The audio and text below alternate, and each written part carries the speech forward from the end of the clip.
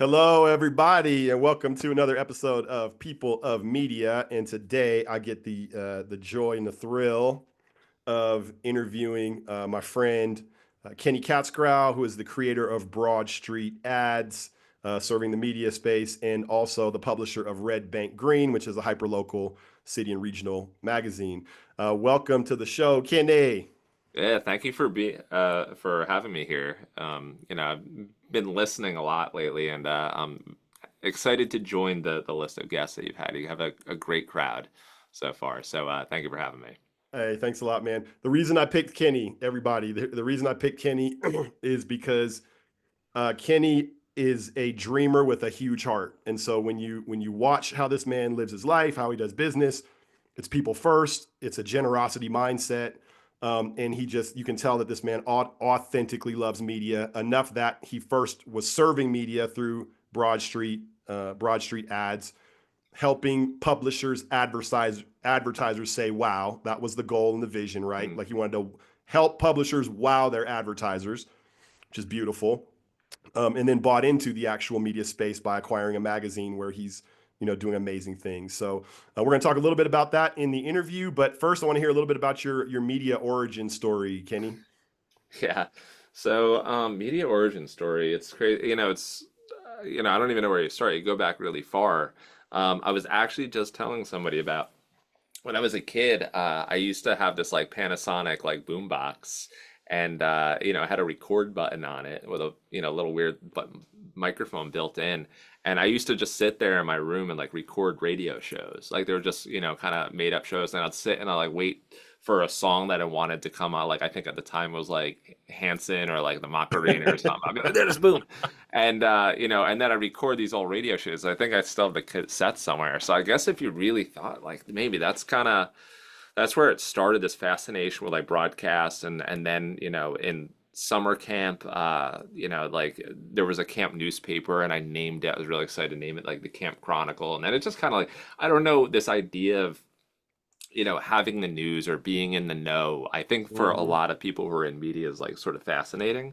And then, in college, I went to school for computer science, and I, was also, um, I loved building things in general, Legos, Connects, like all the toys that you play with in your kid, like hard houses. But Yep. I love building stuff, and I love building stuff with software. And so that media, interest kind of just took a back seat. It was always kind of latent in there, but I was the managing editor of my newspaper in college, and then after college, I worked at an agency, and agency life is crazy. I had actually was just searching randomly on a job search board, and there was an opening at Yahoo on their ad exchange, Yep. and it was Yahoo, which still sounded kind of cool. That wasn't it. It didn't have anything to do with ads. There were still foosball tables and like free lunches and stuff. So I was like, yeah, sweet. So I ended up applying for the job, and just hit it off with the team there and ended up working on their ad exchange, which, that's how I got into advertising. So that's kind of where it all started. Mm, man. So that the three, I guess, a triangulation of those themes, right? So you've got the media, you've got the technology side, then you got the advertising side that Yeah. all come together through this story. And now you're just living all three of those things out every day. Yeah, no, it is. And I think, I don't know if anyone else has this experience, but like it seems like a lot of the things that sometimes like play out, or the things that we do, it's almost like they're in some way kind of foreshadowed. Like Yeah. in the story that we're telling with our lives, it's just like, there's these little hints ahead of time that kind of, and sometimes I wonder about that because it seems like it just came together too well. Yeah. Uh, but Well, even as I summarize it, right? Like I'm like, okay, it's media, technology, advertising, and then boom, right? Like Kenny in three right. words, right? And again, it's not just those things. Those things are the packaging, Hmm. but inside this, I see this insatiable curiosity, this deep, authentic desire to help people, and so that's being transmitted through the mechanism, right? Like that's Right. more Yeah, important. there's like fundamentally, it's like there are some things that are really attractive about it that don't really have anything to do with like media, or like people are attracted to things for different reasons, but it's like this is kind of where I, popped into the world, and I see some things around here that like, I see some problems to solve. And I Yeah. like building stuff. And I like when I build stuff and people find it useful. And that's like really, I think a lot of people like that, they like being useful. And if they can play that role, I can be that creative solution finder. It excites me. I could do that all day. Man, there's a time like way back, my wife, like this is early in my marriage, and we were in like kind of a desert season, like a rough season. Hmm. And she turns to me and she just says, "Honey, what do you want? Like, just what do you want? What do you want out of life?" And I don't think I had ever thought about it. Hmm. Like, well, what do I want? And I tried, and she, because I just didn't have the traditional, like, well, I want a big house and I want Yeah. a great job, making a lot of money. That stuff didn't resonate. And finally, I looked at her. I said, "I want to be useful. Hmm. What I want." And I think that's true, right? Like I think that holds fast, A even as I'm, 100%.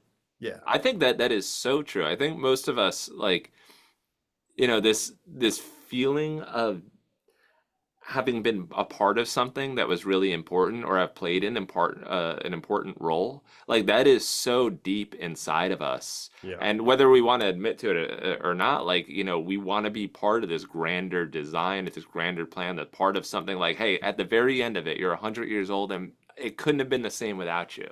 yeah, bro. And a lot of us, like, no matter how big the thing is that we're working on, you played that really important little role that's really powerful. A lot of us want Yeah, that. We can do that. It's up to yeah, so. yeah. Man, y'all, just anybody listening, this is the Kenny you need to know. Like, I don't many. I remember, dude. I had run across you so many times. We had run into each other and rubbed shoulders at conferences. But then there was that day where you and I talked and we got deep, and it was so inspiring. And I was Mhm. like, "That's Kenny." Yeah. Right? Like I you felt don't. I felt the same way. A lot of Yeah, times you come at it when we come out of a phone call, like I feel like, on top of the world. You know how like yeah, sometimes a call can be draining? yeah, You hop on an hour-long Zoom call and you're just dragging, you can't wait to hit end meeting. And yeah. and then after that, we always had a great convo. It was something I thought about for a long time. So, sentiment is the same over here. Yeah, man, y'all got to know Kenny. So Kenny, then I think that's a good segue to your superpower, your super strength, right? Like, what is that? What is that thing that ties all these threads together? That is the ability that you access every day to make that impact in the world. What does that look like for you? I've thought about that a lot. And, I don't know. I think it's something that I think I was a fault early on in my life. I had Yeah, a sense of like like I get really to the point of like either the truth of the matter, whatever it is that like, yeah, or and I had this reputation for just saying stuff that was on my mind, which is yeah, normally like startlingly true to polite company. And yeah, that applies to a lot of different like interpersonal situations, which it yeah, can run people the wrong way when someone's just saying like we don't say that around here. There's all different variants of that. And yeah, I think, one of the benefits that maybe I had, or one of the advantages I had in media is that like I didn't actually have a whole lot of exposure to it apart from these like things and throughout my lifetime is that I could come to this industry and maybe see it just from a different perspective and be like, oh, well, yes, I can kind of give you an idea of why ad sales isn't working because nobody seems to care about the actual advertiser or their performance or how they're doing or yeah, what their actual problems are. And it's just like, you can say these things that seem so completely obvious or see that. So I think that's one of the things. And then just maybe I've gotten better at doing that in an entertaining way. yeah, And because that's one of the things, it's like that spoonful of sugar mechanism. It's just like, all right, yeah, you can provide the medicine, but you got to make it entertaining so it's digestible and people yeah, actually take it on. And then I was also like, I have a lot of fun in creating stuff. Like I like building things and like imagining it and having that vision for something and seeing like a different, a way it could work in the future and then like building it out. And I especially love problems where people are like, I don't know if that's possible. And then like, then it's just like, all right, now it's a challenge. I'm gonna show you that's possible. And like, so this yeah, whole idea of like what's possible, it's possible because they say it's going to be possible. Execution of will make it happen. It's just like there's yeah, so much, yeah. driving toward it. So I don't know. I don't know how to put a put a Dude, word you on just that, put it, but bro. It was the way you put yeah. it so beautiful, man. Gosh, dude, it's so beautiful and it resonates. It's so true. So I'm gonna give you three words that I heard, or four words that I heard in everything that you just said. Hmm. And I'd say add these to your data bank. So if you ever go through my superpower quest, there's a section called power words. Hmm. And so these are the adjectives that describe you. I would say entertain some of these as candidates for that Hmm. at some point. Um, Radical creativity, radical authenticity, right? That's the thing where it's like I say the thing that is on my mind. Hmm. What you Yeah. see is what you get. Um, Radical generosity. You have an earnest desire to help people, man. It's real. It's true. And then I'd say radical tenacity. That's the will part, right? Those four are all the things I hear. I don't say this to name you or to put those on you. I say those to contribute to your journey, man. Yeah, Um, thank you. I they're appreciate that. Getting that outside perspective is always like it's so valuable because when you're in the weeds of it, it's may not be obvious, and you hear someone else's opinion or thoughts of it. It's like, oh, hey, yeah, it yeah. gives me some direction. I appreciate that. And in so many ways, you remind me of Caleb, who's here with me. Like Caleb, dude. You and Kenny. I don't know if you guys have ever talked, but you have a lot in common, man. Yeah, Um, once before, briefly, we should hop on a call at some point and just talk about stuff. Dude, can you imagine me, you, Caleb, Isaiah? Isaiah's my stepson, who actually Kenny had a beautiful, positive impact on during a point of career transition that Isaiah was in. He still speaks to that fondly, Kenny. Mhm. Um, but yeah, if we all got together, dude, it would be lights out. We'd have a good old time. Oh, Um, totally. so next question: role and evolution. So what during this journey that you've been on, that we just triangulated media, this intersection between media, technology, and advertising. Um, what have been the key experiences or turning points in that journey You so far? know, yeah, I was thinking about that, and I was thinking a lot of our like our turning points come at a point where we feel like the most clueless, and all right, you could say humbled in a way, and you know, I Broadstreet came out of it wasn't the first company that I had started. It was probably like the third in a string of them, and I really wanted to build something, and probably for completely different reasons that I stayed in it. Um, but in like building Broad Street, like inevitably, like you hit those points, and every like business owner, entrepreneur knows this, that like you run into those points where, you're hitting a wall and like you hit it so frequently, or you feel like you're just not good. You kind of have that self-doubt, like, can I even do this? Yeah, And in terms of like the evolution, like all the turning points, and there are probably some ones that stand out more than others. The turning points are at the point where I was just like basically on my knees. I'm like, shit, I can't do this. Like, I yeah, don't know what I'm supposed to do. I'm dumb. I am, and all the best, all of the best parts of the story where it came to that part where I'm like, I am just so stupid. Like, I cannot, like, why can't I figure this out? And one of those was when I was like kind of like handcuffed to Broad Street in the early days because I had yeah, built this thing that was humming. And this is a place that a lot of business owners get to, like where it's good enough to like actually have paying customers, but it's not good enough to actually support your lifestyle, even at a very, very minimum.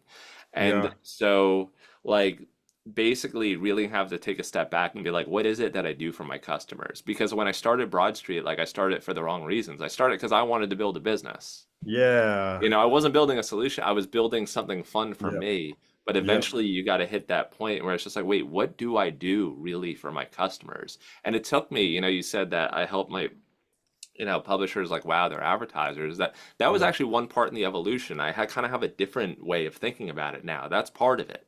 Okay.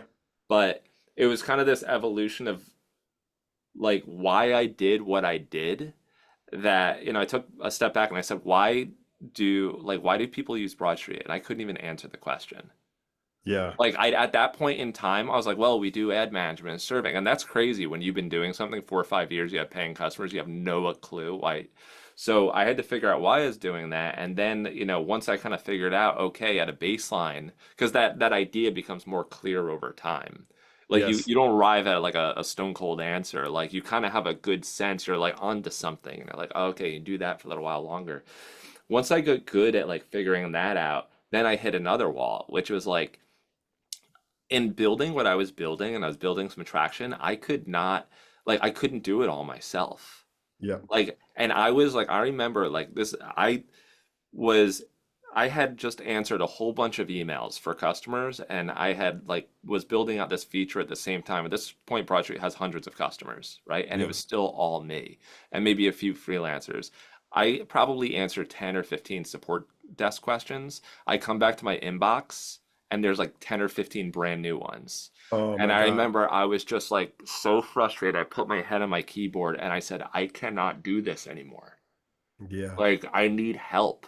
And Man. then this like thought just like popped into my brain. It was like, hire someone, you idiot.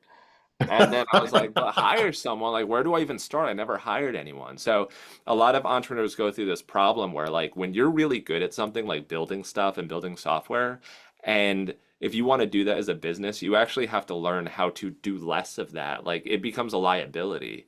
And that like your ability to be good at something actually holds you back from building a company that does it. You have to become a generalist. You have to learn to hire people. And you realize if you really want to hit that vision, you're not going to do it alone. It's not this like again, you have to depart from that like that ego that makes you think that you're going to do it all yourself, and you have to say no, there's going to be other people that are going to be a part of this story. There's going to be Yeah. other, and that they're going to do things that like better than me that like I couldn't do, and like there's got to be like this common vision in this journey that we're traveling to. So like there's this whole evolution of like seeing the vision, going there, realizing you have to get other people involved and like traveling toward that vision and like kind of being a leader and leading people toward that, and telling this great story together. But there's all these different points where, these roadblocks you hit if, that you have to get past. So the turning points, I guess, were maybe all along the lines of like, okay, what does it take to get to the place that I see in the future that I want to get to, you know? Yeah. Yeah, man. Yeah. The key word that I hear in that is community. Right. Like we need community. We were made to function within community. And I think ownership and kind of being the top guy or having your own thing, it lends itself towards isolation and individualism a lot. Um, Right. Yeah, I think when you start off, especially when you're someone who is like, you're the kind of person who does what they say they're going to do, or you're the yep. kind of person is like, that they're those people who like to execute on things, but like eventually you just hit the reality that you can't do it alone. And in Yeah. fact, if it's a big enough and grand enough like destination that you're headed toward, like you can't do it alone, and you're going to have to Yep. get other people who, believe you have some shared beliefs and values to go there. Yep. So yeah, it's like that, it's all part of an evolution. And, in terms of the community and especially Red Bank and like connecting, that actually came much later on. Because when you're getting a group of people to go towards some common vision, it's like, there's in the same way that we are talking about in the beginning of this, like everybody wants to have a part in something important. Like you have Yep. to find a way to make like Broad Street, and you have to understand how like what we're really doing is bigger than Broad Street. It's like it's not really about us. It's about like, everything around us, how we can make that better and do a really good job here. And Yep. having like and communicating that clearly so, everyone understands it and they want to take the trip with you. Yeah. Yeah, man. That the inspiration role, the vision role. You're a visionary, right? So, and again, as a small business owner, you don't know you're a visionary yet, and you don't know that the goal is to create a shared vision that other people can buy into, as opposed to just getting a bunch of stuff done, right? Right. Yeah. I mean, there's what you think it is, and then when you get involved, it's like what it really is. You think when I like, and I'll be the first to admit this, when I first got into, starting a business, I like Silicon Valley wanted to be Techstars finalist, Y Combinator finalist, all the big incubators. Like I was like bajillionaire. Yeah. But the thing is like that eventually wears off, and if it takes a long enough time, 3, 4 years in, if you're not a bajillionaire yet, you're like, wait, why am I really doing this then? And then you realize that like you're still doing it for other reasons, and you actually kind of like those reasons better than the bajillionaire part. So Yeah. um, Yeah, I don't know. There's a lot to it. So you were So talking Kate, earlier about like the ego and trying to build it all on your own kind of a thing. It reminds me of the quote. I don't know who it's attributed to, but basically, there's no limit to what a man can do if he does not mind who gets the credit. mm, And just that idea of like bringing other people along the journey. So, what was that like for you? Like that ego death of hiring someone and trying to like farm out a lot of the responsibility and not being the sole guy anymore. Right. It's the same, it's very similar for a lot of people in that like, you bring someone on to take off some of the workload and then and then is it in the way that you would do it? Probably not. Yeah, there's a lot of training and hand holding and uh but you get better at it. You get good at it. And you start to realize like in this whole thing, like you realize that wait, other people have taken this trip before. Like other people, and then you realize, wait, I gotta learn. Wait a second. Like people have written books on this stuff. Like it was 4 or 5 years in before I read my first like business book. And then I learned that there are associations of people who get together and try and solve problems together. And then like, wait, is that for hundreds of years, like if not more, there's been business owners who've been to this exact same problem. And then you're like, oh man, I really am an idiot. So now you're just like, okay, I am a student now. I am a student. I'm going to learn because, someone could have given me all the books I needed when I first started out my journey. I'd be like, don't need them, and but no, you got to get to that point where you realize that you're ready to learn something and learn what take on what you don't know. And so I guess I think people get off at different stations through that entrepreneurial path. Like some business owners basically never move beyond the one person, yeah. you know? And then some people like do get there, but they never look out and say, "Wait, are there other people who have done this before and maybe I can learn from?" So you got to stay humble the entire way and realize that. And this is one of the real like paradoxes of it is like with all the progress you make, you become more self-confident, you know, be, but at the same time that actually becomes one of your weaknesses and that like as soon as you become super self-confident, you shut yourself off from learning. Yeah. So it's like the learning enables you to move forward. Moving forward can introduce a situation where you think you know more than you do. And for any, I would like to remind any business owners out there, you know absolutely nothing. For as much as you've learned, you know absolutely nothing. Like of Man. all the things that could be known about building a business, you know approximately 0.0% of everything that could be known. Just remember that. That's such a good Dang. reminder. Yeah. Yeah. So how was that like we've talked about like the advertising journey in Broadstreet and stuff, but then moving into Red Bank Green and getting into the publishing space, I'm sure was like a fresh reminder of that, of knowing 0.0%. How was the learning curve like getting into that? Right. Well, you know what the thing is, the good thing with that is that I didn't come in with any ideas that I knew anything because I knew I didn't know anything about running a news business. And didn't know anything about being a good journalist. I don't know. There's a whole craft and world in itself. Like I know what a good software engineer does and looks like, but I know that like, journalism is this whole other craft and I didn't know anything about it. So I kind of just went into it saying like, hey, listen, I can bring some good ideas to it. And I'm willing to experiment and radically experiment. So it was much easier in that sense. Like, because I was just there to have fun, and I knew that some things were going to work. And that's actually one of the things that like kind of ends up being an advantage is that risk is almost non-existent for me at Red Bank Green. There's nothing that I can do that I'm afraid to do because and that's very different at an established news organization where like risk is a real problem. Like people don't want to risk their reputation, they don't want to risk their finances, they don't want to risk throwing off their quarterly plans or there's a lot of things that could be holding someone back. And with Red Bank Green, it's like I'm a complete, I don't know anything, and that's a great thing. That's a great place to start. Man, that's got to be so freeing, dude. I'm over here just inspired, writing notes. I mean, I've been doing a lot of work on fear right now, actually. I'm realizing how much of what I do actually comes from fear. It's a book I'm Hmm. reading. It's a book called Living Fearless. Amazing book that's like rocking my world right now. Hmm. Um, and fear does eliminate a lot of your tool set, right? like Right. like fear has a detrimental effect on creativity, it has a Mhm. detrimental effect on tenacity, right? It's all those things. And so, Right. why would I bet on RBG, right? Like I'd bet on Red Bank Green because, you got somebody in the helm that's not afraid, you know? Right. I think people are seeing it. There's energy. I feel the energy of it. I see it in the things that you Yeah. publish and you post. Yeah. And that's actually, I was thinking about like, the having people at the like it's really hard for an established industry or for an industry that's been struggling a little bit lately.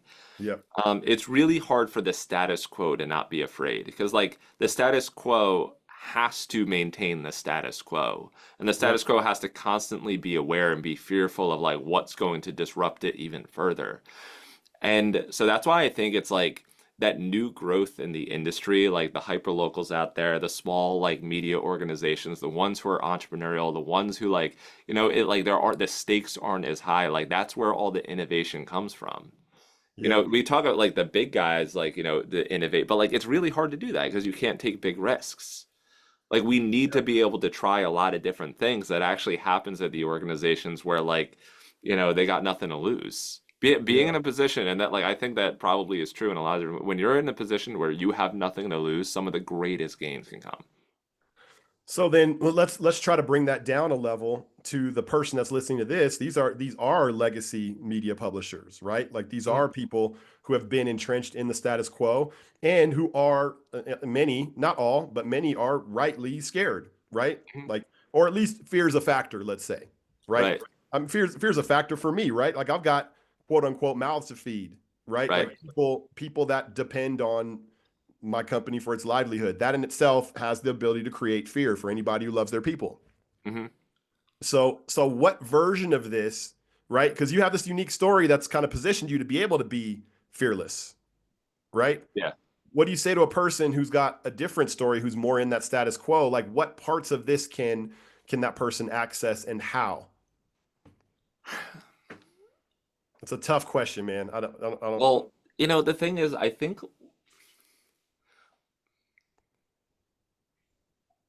and I think it's a bigger conversation, is that Okay, I think, and if you have a minute, do you have a few minutes? I'm gonna keep going, man. This is too All good to right. stop. So, Yeah, yeah, I think that um like fear especially comes, like it makes itself known hmm, when and we feel it the most when we don't know why we're doing what we're doing. It's like yeah, you have fear like when you don't have clarity. Because like if you really believe in something, like if you really believe it's true and it's the truth, then I wouldn't have any fear. And that's like there's that idea that like would you die for the thing that you really believe in? yeah, And I think if you find your like self scared of what the future looks like, it's just like are you doing what you believe you should be doing at this point in time? Do you fundamentally believe that you're doing something good and that's aligned with who you are and is aligned with what the world needs right now? And if that's true, then you got nothing to fear. Because yeah, like, I'll have, if Kenny Katzgrau's gravestone reads like, died doing what he believed that we needed and that what he believed was true. Like I would be perfectly happy with that, whether it happens at 38 or it happens at 100. yeah, And so I think like if you find yourself in a position of fear, if you're in the industry and you're like, oh man, what's the future hold? I think like you kind of have to get back to like, wait, are we really doing the job that needs to be done right now? Like I yeah, know the job that like used to need to be done. Like I know yeah, there is, but is it possible yeah, that maybe we've like separated from and we haven't taken a good look at like what we are doing for our businesses, what we are doing for our readers. And one of the things I think is actually really hard that you have to in order to find that truth, you yeah, actually have to get down in the weeds. And you yeah, got to go talk to the small business owners and you got to go talk to your readers and you got to really understand like what it is that they're doing, what it is that they need right now. Because I think one of the things that's really difficult as an executive at a larger organization is that you are actually pretty far removed from what actually happens on the ground. yeah, So you're kind of flying blind and you're not sure if you are flying toward the thing that really fundamentally needs to be done. And so I think that's it. It's like if I were in that position, if I was scared, first of all, I'd shake the anxiety and be like, okay, right now, right this moment, I'm okay. Because we're Yeah. always afraid about Yeah. something years from now, Yeah. Yeah. right? Yeah. But right this moment, I'm okay. But Right. but are my beliefs and what I do is as clear as they could be? Is the value and the service to the people Right. that I profess to provide service to, is it really there? And Yeah. it's a challenge. It's hard to do, especially when you put in a, 30, 40, 50, 60 year career in Yeah. and things worked one way and like maybe Yeah. they're not working exactly that way anymore. Yeah, So I just, man. you basically challenge your beliefs and get back to the truth, the fundamentals. Oh, dude. So I'm gonna. I think what you've just said is getting deeper towards the core truth of what people need to hear than most of what gets talked about Hmm. in the day-to-day conversation, right? Like I think you are on it, bro. Like I think you're getting deep into the bedrock of the truth. And I think this truth actually transcends media and publishing and technology and advertising. It's a core truth of the endeavor that you have in front of you, whatever it Yeah. is, It right? it unlocks everything. If you Yeah. get really far down into it, Yeah. then if you can do that, it applies, it's so general purpose, it applies to everything. If you get there, it radically transforms almost everything that sits on top of it. Yeah. And, you know, a lot you can do with that. Yeah. And it's attractive. It's attractive because in a world, that's one more thing. When in a world where there is a lot of confusion. There's a lot of worry about the future. There's the truth is resounding. It's Yes. like it's this signal in all of this noise that like people pick up on. They're like, and they make their way toward it. So, and that's one of the things that I think if you can do that, Yep. um, that's a lot of fun. I think that there's a lot of enjoyment in that. And who wouldn't want to do that? Who couldn't do that all Yeah. day? You know? Yeah. Yeah. That's another one of your words that comes up a lot. Fun. The fun word. Yeah. You Oh, know, totally. that's another, You got to have right. fun. Yeah. If you're gonna do anything, you better have fun with it. Yeah, It can't man. just be this like, oh, mission. I'm doing this great thing for just enjoy yourself in it. That helps. Again, if you're having fun doing it, you can do it for a long time. Yeah, man. So I'm going to do a little bit of a paraphrase here to bring us back because I asked you, how do we address the fear, right? And your answer was something like this. Um, you have to dig down and understand, do you fundamentally believe that what you are doing aligns with who you are and what you were made to do? It was something like that. Pretty close, I think. I think I'm pretty Hmm. close to what you actually said. Yeah. Um, which is so close to the answer that I would have given, it almost makes me like freak out, Hmm. right? Because what you're basically saying is you need to understand your true identity. Your true identity is the thing that eliminates fear or has the ability to begin addressing fear. Because Hmm. if you are, fear is protective. Fear happens when I am promoting myself or protecting myself, right? Because there's a need to cover or to prove something. There's a need to prove something. If I am in my true identity, I don't need to prove anything.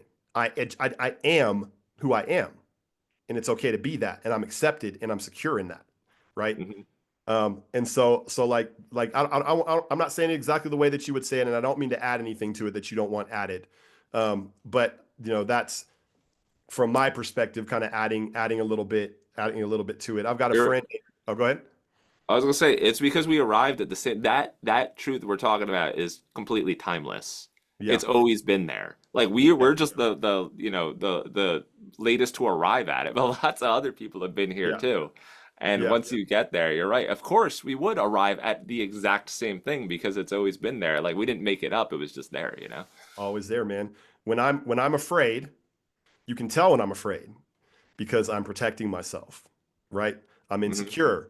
I'm panicking. I'm managing. I don't want people to see. I'm pretending, right? Like that's what fear produces. I'm desperate. I'm Hmm. urgent. It's all these things that happen when I'm afraid that don't happen when I'm secure, right? Like when it's like, okay, yeah, that setback happened, but I know I'm doing what I'm supposed to be doing. Yeah. I know it. I met this lady, dude. I know this lady. Her name's Kendra Prospero or Prospero. I'm not sure how to pronounce Mhm. it. She's an HR consultant. Amazing lady, dude. Like she's doing incredible work. Her company's called Turning the Corner HR. Mhm. And her calling, she sees her calling as like I want everyone to enjoy their job. And some people say that, right? But with Mhm. this woman, it's calling. You can tell it's calling. Like Yeah. she has embraced that. That is my name. My name is helping people enjoy their job. And she helped me when I was interviewing her. Like she said, she said, when I'm in conflict or when I'm triggered, when I'm in distress, I reach out for that piece of my identity to help me. So she was talking about this altercation she was having with somebody, and it was very inconvenient. And without getting too deep into it, well, it's in the interview, so you'll be able to see it. But she got in this altercation, and she kept telling herself, um, "I want people to enjoy their job. I want people to enjoy their job. I want this person who's in their job giving me a hard time. I want them to enjoy their job. I don't want to become another reason for them not to enjoy their job by Mhm. acting like a jerk. You know what I mean?" And I was like, dang, Yeah. I never thought about like accessing the calling in the midst of the trigger moment where you normally would Yeah. act in a way that's contrary to how you want to be in the world, right? It's Totally. an incredible tool. Right. And the thing is, like, something if you can step outside of ourselves for a minute, we realize that, like, we can come to a really profound realization Yeah. and forget it in the next minute. That's Yes. like we're forgetful little creatures. Like Yes. we forget that, like, sometimes you have this realization, almost feel like, wait, I am, like, I have such clarity right now, but I Yeah. know that in the next minute after my stomach rumbles or like something, I get a text message and unsavory or something, Yeah. like I'm going to forget and immediately go into like my primitive animal mode. I was like, Yeah. wait a second. So it's almost like, imagine having the insight and clarity of, but also realizing that you happen to be occupying the body of, like, was more or less like an animal, like the rest of them on Yeah. the Yeah. planet. Yeah. And so you kind of have to constantly remind yourself, like, wait a second, like, and then it starts to check your reactions a little bit. You start to feel that fear, you start to feel that panic. You're like, wait a second, you got to bring it back, Yeah. because you got that like internal clarity that's always there. I think at the root of it, and I kind of describe this, to my team, it's like at the root of it, there's like this shining, miraculous gem inside every single person, and like, Come on. all that the anxiety and the ego that gets built on top of it, like it's our job to kind of like try and brush that off and get as close to the gem as we possibly. It's hard to do. We It is do that hard. through the experience of life, but like right at the center of it, that clarity, when you're like in that place, you know exactly what your purpose is, exactly what you're supposed to do. That's a beautiful thing. You just got to continually remind yourself of it. And I love the way you described her doing that. Yeah, man. Dude, like, yeah. So like even what you just said, the panic or the fear is your invitation to curiosity, right? It's your invitation to curiosity because rather than just avoid, go deeper into protection mode or promotion mode, Hmm. right? Like I've got something to prove, I got something to protect. It's your chance to be curious, right? Hmm. And I'm borrowing a framework from a friend of mine, Alan Briggs. Curiosity leads to clarity, right? Curiosity leads to clarity, which is if you're curious and you go knocking, you're going to find out what's going on, what's Yeah. really going on as you dig down. And then clarity leads to courage, right? Well, now that I know what's going on, I can do something about it, right? Hmm. So clarity to courage. And then he says, and this is part of Alan's calling, courage to consistency, right? So now that's taking whatever actions I need to take over time and having a system or a framework so that I can continue to push that direction regardless of the way the waves in the ocean of change try to move me off course, Hmm. right? Because I got that initial clarity. Um, Totally.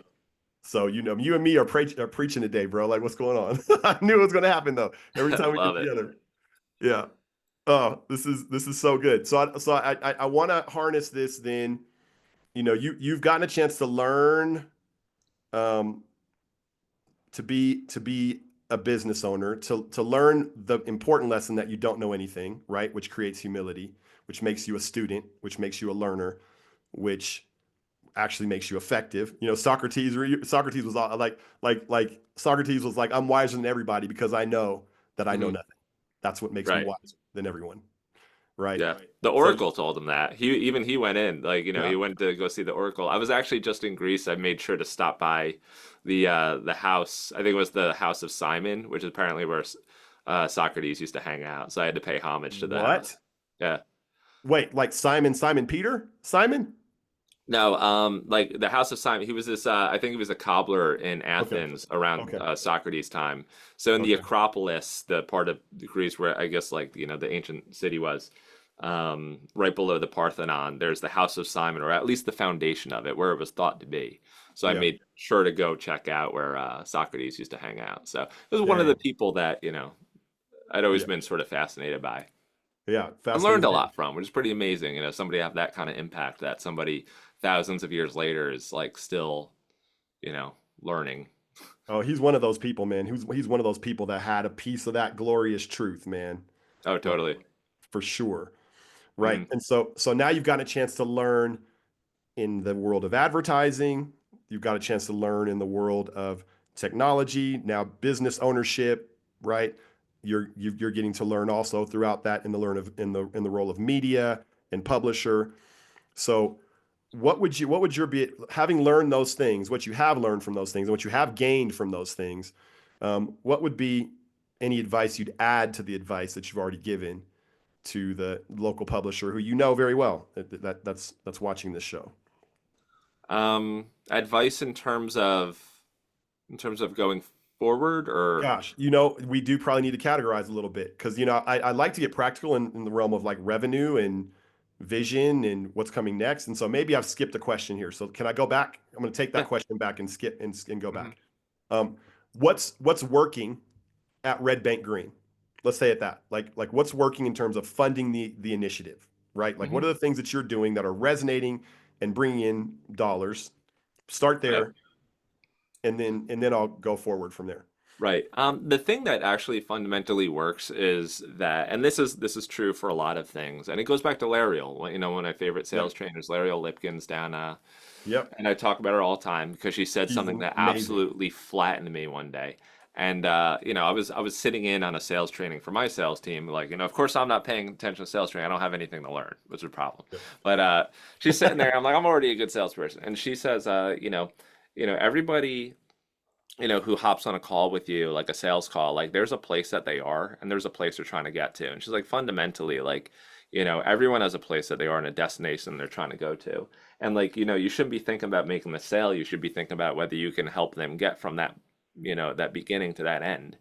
And I took it as I probably would at such like a deep level that I was like, oh shit. I was like, everybody has a place that they're trying to get to. Like a Yeah. lot of us are like just moving around, like kind of confused, like trying to figure, wait, do I want this? Do I want this? And like everybody has that. And like I think most people, even listening to this right now, like have some future state in mind that they're trying to get to. Yep. Maybe they're just trying to get to a place where they have enough money saved for their kids' college, or they're trying to get to a place where, there's like this happy ending, there's always a place that we're trying to get to. And then I started to see that literally everywhere. I started to see it in terms of sales, and I Yeah. started to see it in terms of recruiting for the team. Because then, like, instead of just saying like, do you have what it takes to work at Broad Street? It became like, wait, what do you want? Yeah. Like, what would be a wonderful thing for you? Like, what do you want in the next 5 years? Like, I asked people, like, as part of our job application, like, you're 100 years old. Like, where did you get to? What mattered to you? And because, like, everyone that I hire at Broad Street, like, I want to make sure I can help them get there. And so I started to see and integrate that into absolutely everything. And so, of course, it manifested in a small way in ad sales at Red Bank Green, because now my sales call, and I record my sales calls, I spend 20 minutes just asking questions and understanding. And I say, like, hey, listen, and like when I'm talking to a business owner, I'm like, what do you see in the future? Everything goes the way you want it to go. What's that thing that like that you see that you want? Like for whatever it is, and they go, oh man, like, and somebody said recently, I want to be number one in Red Bank. Like, that's it. Yeah. And I was Yeah. like, boom. And I was like, okay, like, I'm going to do what I can. There's a lot of other things I have to follow. I'm going to do what I can to Yeah. make you number one in Red Bank. But the thing is, like, most sales reps don't do that. right? They're like, here Yeah. are the rates, here's the thing, and like, yeah, it's a good. They don't actually know whether it's going to work or not, or they don't Yeah. even care to know really, and they don't even care to know what the actual like what the business like hopes and dreams are, because like even like all business objectives fundamentally map back to someone's hopes and dreams. Yeah, So if I man. can understand what those hopes and dreams are, I feel so much more motivated to go. Like another one, a landscaper, like he told me that like he's trying to elevate himself out of the business. And like Yeah. I know that because he's trying to delegate to a team and I know Yeah. what that's like. He's like, but in order to do that, like, I just need to, I need to grow the business a little bit. And I was like, well, how much do you need to grow the business? Like, how many new accounts do you need? How many new clients? And I got that number. I know he needs 20 new maintenance accounts Yeah. to make this whole thing work. And I'm like, now it is my mission because I'm not just helping him solve his business. I'm not helping a local landscaping company. I am helping him, my boy Dominic. I'm gonna make sure Yeah, dude. that Come on. he's got those 20 accounts and he can run his business, work on his business because I know what that was like. And like I know, and that's gonna be good for his family. It's gonna Yeah. be good for his back. It's gonna be because Yeah. he was out in the field otherwise. Yeah. Like so now I'm that much more motivated. So it's just that's kind of how it manifests is just and that's what works. That's Dude. fundamentally what works. It works on the readership side too. There's versions of that, but Dude, that's so powerful, man, because now he gets access to all that is Kenny and all that is in Kenny's domain to help him, right? So it's yeah. yes, it's my advertising services, sure. But guess what, man? I know this business consultant, right? Hmm. And I know this book that you should read, right? Because now you've activated yourself, right? Right, You've been yeah. activated to help him to like help the dude. Yeah, How does exactly. No, that? it's like yeah, no, I'm on his team. I'm rooting for Yeah, him. I want him to do well. And yeah, that it makes it a lot of fun. It makes it feel like you're doing something really good, that you're working on something important. yeah, And if we can do that for for I just don't it's not really done that much. Some yeah, the folks of scale who had built these big industries like the newspaper industry, like all things that start out that way, that authentic, genuine care, eventually as you kind of start to reach scale, you cut back on some of that. And yeah, so like big organ like McDonald's doesn't really care like that like that right, you got everything exactly how you wanted it, and yeah, that's one of the real problems of that scale is that you get transactionality and it's kind of like it's self-serve buy at your own risk. And at yeah. that base level, that getting down to like why we're actually doing it, you can be much more authentic and do a much better and more bespoke job for somebody. Have you had this? I don't know how you feel about Chick-fil-A. I don't know because but I know that there's a difficulty in scaling what you're describing. Oh, Very totally. hard. Yeah. And I'd say probably one of the few places that I've seen in my experience, and I haven't been around the world to know what their locations are like, but I know within our state, when I've been to different locations, Mhm. there's kind of a consistency of experience and culture that I get. Um, Totally. where I'm like, y'all, as much as it could be done in a fast food place, y'all did it. And I'm always wondering, like, who is behind the scenes over there? Hmm. Because that would be hard, dude. Like, it's hard to do Right. it with a team of five. Right. Imagine. I think you have to get, and I don't know if this is true. I don't know this to be true, but Chick-fil-A is known to be a very values-driven Yeah, organization, yeah, and to their detriment sometimes. yeah, But the thing is, if you can, and most schools of business like Traction and like they talk about values, but a lot of businesses are literally willing to hire anybody who'll do the job for the price they need to pay.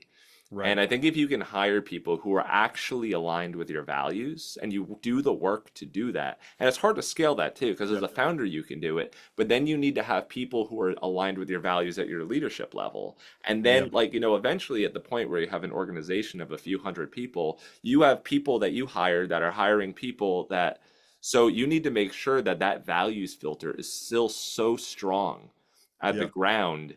And I think if you can do that, yeah. or at least do it better than other people, what That's the only way. reflects is an organization that does a good job at that kind of thing. So, Yeah, man. I don't know that to be true at Chick-fil-A if they're, if they hire around values. I would guess they do though. Yeah, yeah, man. Yeah, and just as a case study, like they're at least at the end of the day, down whatever funnel it's going down, there is an experience of more of authentic, genuine care than you would Hmm. expect, right? At the Hmm. ground level. And I always think that ties up to values. Oh I yeah. always think that ties up to values alignment and Hmm. being successful in the thing that's the hardest thing to be successful at, which is getting exactly what you said, getting the values alignment embraced down every level of the organization, down to the ground floor, right? Right.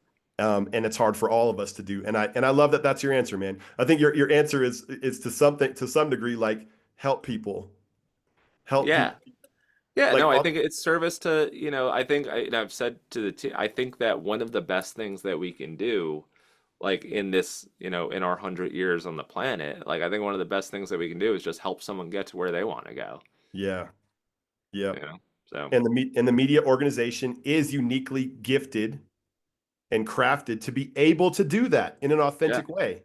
If the values, right, like that kind of what's the core value? Is it making money? Is the core value helping an advertiser get from A to B as they define B? yeah. Yeah, So here one of the things that I think is true is that as a it wasn't the same kind of person that was running a media company at any given point throughout history, yeah. right? It takes a different kind of person and a different superpower for people Mhm. who are willing to roll around in the mud like I am right now and like kind of figure out what doesn't work, like doesn't care about risk or reputation or Yep. money a whole lot, and there's that kind of person who gets the fire started. So Yeah. the person who starts the fire actually has a different skill set from the person who grows the fire, who has a Sure. different skill set from the person who maintains the fire. Yeah. And so for the last 100 years at least, the media industry has fire maintainers, Yeah. right? And maybe they've been growing a little bit, but the people who maintain the fire are not the same people who basically need to start, the wind's been blowing and we need people who know how to start fires again. And it Yeah, may be a bro. different person entirely that's needed. And I do think there are people in the existing organizational structures that are capable of starting a fire too. Yeah. It's Yeah. just there may be a little bit of a reshuffling. So who are the fire starters? You're one of them. You're one of the fire starters. Like, It's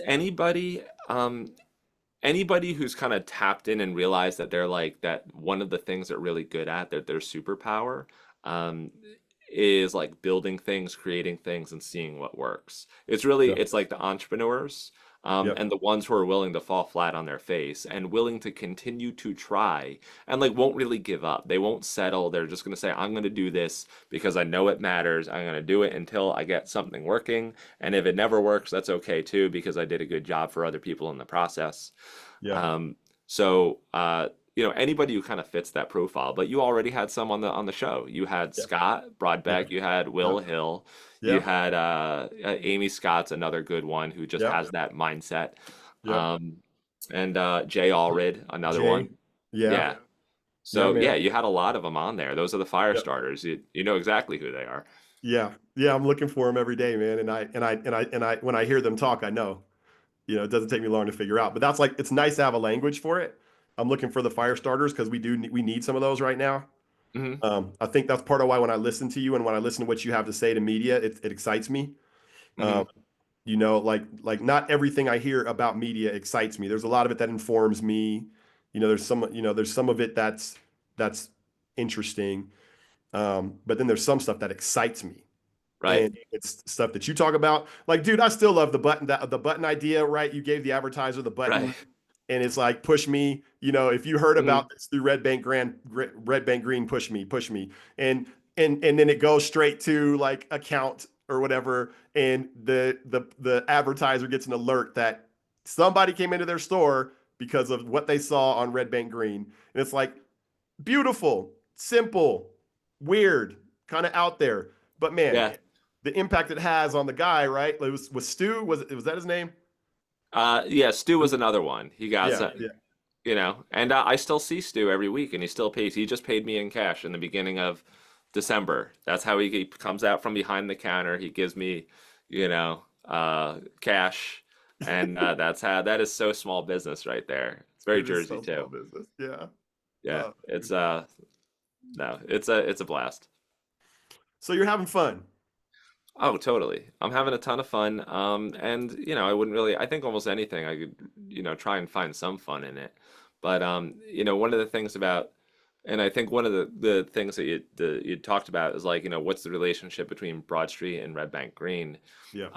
Because I think you can align fun with stuff that really matters, with also your own economic goals too. I think it's perfectly fine. A lot of people end up just focusing on one of those things, but you can focus on all three of those: fun, economic goals, and stuff that really matters. Ben Franklin, one of my early newspaper dude, Yeah. in the US, used to Yeah. say, do well by doing good. Yeah. Um, or maybe it was do good by doing well, but like that was the general paraphrasing of it. Yeah. So, Yeah. the things that I build for Broad Street, I can prove out on Red Bank Green. Yeah. And then they become valuable to the people of Broad Street. But it also becomes valuable to the advertisers of Red Bank Green. And the things that I build at Red Bank Green end up doing good for Broad Street and other users. So you get this nice little flywheel where like every ounce of effort and every dollar that I spend on Broad Street is in fact doubled between Broad Street and Red Bank Green. So Yeah. one pushes on the other. And I'm thinking seriously about adding a third leg of the flywheel. Like I was Yeah. thinking about maybe buying or becoming a partner in a local business so Yeah. I can really understand how the Oh, advertising is or isn't moving the needle. So I think Kenny, it's the next step of the evolution is to, you know, bro, you're a freaking genius, man. well, I you gotta love you gotta it. have you gotta have the energy and also I guess you have to be humble and realize that like whatever business I get involved with, I thought it'd be cool. So I fantasize about a lot of things. I was Yeah. like, maybe like an electric company, like Broad Street Power. Maybe that's what we'll call it. Or like, but I don't know anything about being an electrician. I don't know Yeah. anything. So I was like, I'd have to partner with somebody who hates the business side of it and loves the craft of it. And if I Yeah. could find someone like that, which is pretty much exactly what I did with by accident with John Ward at Red Bank Green, then Yeah. we might have a good relationship there. No, amazing. And they would be local, right? Because I think there's a sense that you're here and you're invested where you live. Is that true? Is that a feature or not? 100%. I'm here Good. on Red Bank forever. Like Red Yeah. Bank's like is I was supposed to be here, I think. Yeah. Um, I have out in my hallway, there's a framed copy of the Red Bank Register, which is the newspaper that Red Bank Green was inspired by. The Yeah. date of that copy of the Red Bank Register is November 14th, 1986. That is my birthday. The reason that I even have What? that, the reason I even have that paper is that my grandfather on the day I was born was going to get a copy of the newspaper to commemorate it. I lived in North Jersey. We were nowhere near Red Bank. He walked into a meeting, or came out of a meeting and was down in the Monmouth County area, New Jersey. Walked in, was looking for the Asbury Park Press, the Star Ledger. The only thing on the stand was the Red Bank Register. And my parents held on to it for all these years. And it just so happened that it would be the town that I would move to and eventually get involved in the newspaper with. So it's Dang. really weirdly coincidental if you believe in coincidences or not. And Yeah. and that's why I was like, I got to get it framed. So that's like, if you really want to talk about the origin of, my involvement in media, it's like seems like it was there from the start. The story is kind of like written in a way. And I'm Yeah. having fun playing it out. Man. Let's see here. I'm taking a moment to just think about what I'm hearing from the time I've got to spend with you today, which has just been beautiful, stunning beyond what I could have hoped for. Um, and I think I'll just sum up by saying I hear joy. I hear joy, man, and a deep sense of purpose. Yeah. And I go we ahead. were talking about that truth. If you can Yeah. get to the truth and you can share it with other people, and you can do it in a way that is entertaining, like I don't see anything that could be more enjoyable than that. And I Yeah. think other people like doing that too. It's great teaming up with them. It's great teaming up with people like you who like sharing that and broadcasting it. That's Yeah. really powerful. I could do that all day. I could do it forever. So Oh yeah. Oh, dude, I'm gonna leave this conversation. I'm so pumped. I'm like pumped to get in trouble for missing my next meeting, right? Like yeah, I'm I'm just sorry about that, pumped. but No, no, no, it's all good. So I think we're gonna wrap it up at this point. So, man, Kenny Katzgrau, what's the best way for people to link up with you, sync up with you, find out more about what you talk about Yeah. Yeah. You can find me on LinkedIn. So Kenny Katzgrau on LinkedIn. You can email me, publisher@redbankgreen.com or kenny@broadstreetads.com. Whatever flavor you kind of like. But those are the three places that I'm on most frequently. I'm glued to my inbox. I'm glued to LinkedIn. So hit me up. All right, we'll do. And then you and I probably have 3 or 4 more interviews to do in the set. Maybe 40. I don't know. We'll see. We've got a lot Totally. to do and to cover different topics. But man, for a first time, this was stunning. So thanks a lot, man. Thank you, Caleb, for helping out, and Yeah, thank you thank you, everybody Caleb. who tuned in. Of course, yeah. All right. Thank you, Johnny. Thank you for having me. Take it easy, all right? All right. Bye. All right. Johnny really had to go. It was good hanging, Caleb. Yeah, good to see you, Kenny. All right, take it easy, man. See ya.